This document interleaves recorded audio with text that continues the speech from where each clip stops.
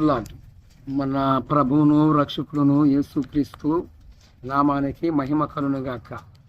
ప్రభునందు దేవుని బిడ్డలారా, మరి ఆ నీతిమంతుని యొక్క వెలుగు నానాటికి తేజరిల్లును, భక్తిహీనుని యొక్క దీపము ఆరిపోవను. ఎందుకు అంటే ఇంత వ్యత్యాసము ఏమిటి? భక్తిహీనుడంటే ఎవరు, నీతిమంతుడంటే ఎవరు? ఈ భూమి మీద ఈ యొక్క మానవ లోకములో మనుషులందరూ కూడా ఏదొక రీతిగా ఏదొక కారణం చేతను అసలుకి మనము దేవుని చెంతకి ఎల్లకూడని వారిమై ఉండగా, నీతిమంతుడు ఒక్కడు లేడు, అందరిమి పాపమనే దాస్యమనే కాడు కింద బంధింపబడిన వారిని. మరి నీతిమంతుడంటే ఎవరు? ఏ కారణాన్ని బట్టి అంటే ప్రభువుని యేసుక్రీస్తు రక్తమును బట్టి, పాప క్షమాపణ నిమిత్తమైన బాప్తిసమును బట్టి మనందరికీ ఆ మహోన్నతుడు, ఆ సర్వశక్తిమంతుడు రక్తము మన కొరకు ధారాళంగా ఇచ్చాడు. యోహాను రాసిన మొదటి పత్రికలోను మనకి ఆయన మన నిమిత్తమే రక్త ప్రోక్షణ చేశాడు. ఎరసి భక్తిహీనుడంటే ఎవరు? లోకస్తులుగా దేవునిని వెరగనవారు. మరి నీతిమంతుడంటే దేవుని యొక్క రక్తములో కడగబడిన వారు. ఇప్పుడు నీళ్లు, ఆత్మ, రక్తం ఈ ముగ్గురు వేరు వేరు భాగాలుగా ఉన్నప్పటికీ యేసు ప్రభు వారి యొక్క రక్తమును బట్టి ఈ మూడు కూడా సాక్ష్యం ఇస్తున్నాయి. అసలుకి బాప్తిసం అనేది నీళ్ళలో ఎందుకు ఇవ్వాలి? మనం ముందు మాట్లాడుకున్నది ఏంటంటే, నీతిమంతుడంటే ఎవరు, అసలు ఎలాగా నీతిమంతుడిగా తీర్చబడ్డాడు అనేది మనం చూసుకుంటే, ప్రభునందు దేవుని బిడ్డలారా, యేసు ప్రభు వారి యొక్క రక్తమును బట్టి నీతిమంతునిగా చేర్చబడ్డాడు. దానికి ఆధారము నేను ఒక రెఫరెన్స్ చెప్తాను, చూడండి. చాలా రెఫరెన్స్లు ఉన్నాయి, మెట్టుకి ఒక రెఫరెన్స్ మీ దృష్టికి తీసుకొస్తాను. ఆత్మ, నీళ్లు, రక్తం ఈ మూడు సాక్ష్యం ఇస్తున్నాయి. ఈ మూడు కూడా కలిగిన వాడు ఒక్కడే, ఆయనే ప్రభువు యేసుక్రీస్తు వారు. ఎందుకంటే యోహాను రాసిన మొదటి పత్రిక 5వ అధ్యాయము 6వ వచనములో నేను చెప్పిన మాటలు ఉంటాయండి. 6వ వచనం కాంచి స్టార్ట్ అయితే మనకి ముగ్గురుగా, మూడు వ్యక్తులుగా ఆత్మ, నీరు, రక్తం ఈ మూడు భాగాలు సాక్ష్యం ఇస్తున్నాయి.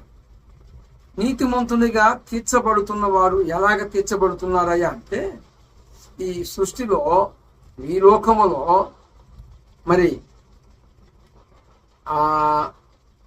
యేసు ప్రభు వారిని ఎరగనప్పుడు ఈ మానవ లోకములో ఉన్నవారందరూ కూడా పాపమనే దాస్యమనే కాడి కింద ఉన్నవారే. అయితే ప్రభునందు దేవుని బిడ్డలారా, యేసు ప్రభు వారి యొక్క రక్తమును బట్టి నీతిమంతులుగా మనం తీర్చబడ్డాం. Praise the lord. ఇక్కడ నేను ఇందాక చెప్పిన రెఫరెన్సులో ఆత్మ, నీళ్లు, రక్తం ఈ మూడు భాగాలు మనకు సాక్ష్యం ఇస్తున్నాయి. మరి నీళ్ళలోనే ఎందుకు ముంచాలి అంటే, నీళ్లు రక్తముగా మార్చబడుతున్నాయి, మనకి సాక్ష్యం ఇస్తున్నాయి. మనకి రోజు శుద్ధి చేసుకుంటా ఉన్నాం. ఎలాగ శుద్ధి చేసుకుంటున్నాము? త్రాగటానికి నీళ్ళే, మనము శుద్ధి చేసుకోవడానికి కూడా నీళ్ళే. ఈ సృష్టి పంచభూతాల చేత చేయబడినది. ఏంటి పంచభూతాలు అంటే ఆకాశము, భూమి, గాలి, అగ్ని, నీరు. ఈ 5 కూడా పంచభూతాల చేత చేయబడి ఉంది. పంచ ఇంద్రాలు పిలవబడే అవి కూడా ఇవి కూడా పంచ ఇంద్రాలు. ఈ పంచము అంటే 5 పంచభూతాలు. ఇవి సృష్టిలో ఒక భాగం. అంటే వీటి ద్వారాగానే దేవుడు సృష్టి చేశాడండి. వీటికి చెవులున్నాయి. యెషయా భక్తుడు యెషయా గ్రంథములో ఆకాశమా నీ చెవుగ్గము, ఓ భూమి ఆలకించుము. ఆకాశమా ఆలకించుము, ఓ భూమి నీ చెవుగ్గము. అలాగా అనేక రకాలుగా మనం వింటాం.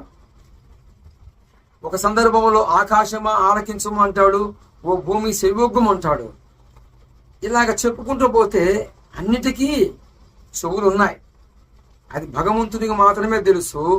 ఇవి భగవంతునికి మాత్రమే లోబడతాయి, మనకు లోబడవు. మనకు ఎలాగ లోబడతాయి? ప్రకృతి ఎలాగ మనకు లోబడిద్ది అంటే దేవుని యొక్క కరుణ, కృప, వాత్సల్యత మనము గనక పొందుకుంటే దేవునికి లోబడ్డాయి. మనము దేవుని పిల్లలుగా మార్చబడ్డాం కాబట్టి, దేవుని యొక్క మూలముగా మనం పుట్టిన వారిమి కాబట్టి మనకి లోబడతాయి.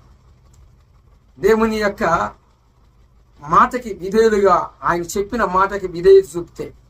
ఇప్పుడు భక్తిహీనుల యొక్క దీపము ఆరిపోవును. భక్తిహీనులు అంటే ఎవరండి?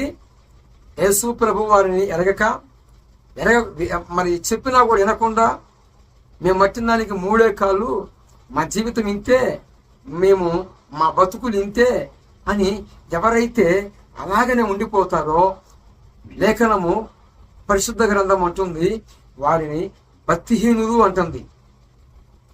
చెప్పినా వినిపించుకోకపోతే, మంచి మార్గము చూపించినా కూడా వినిపించుకోకపోతే పరిశుద్ధ గ్రంథము అంటుంది భక్తిహీనులు దీపము ఆరిపోవను, నీతిమంతులు ఎలుగట దినదినము క్షణక్షణము తేజరిల్లిద్దట. నీతిమంతులకు కలుగు ఆపతులు అనేకము, కానీ వాటన్నిటి నుంచి ప్రభువారే వారిని కాపాడుతాడు.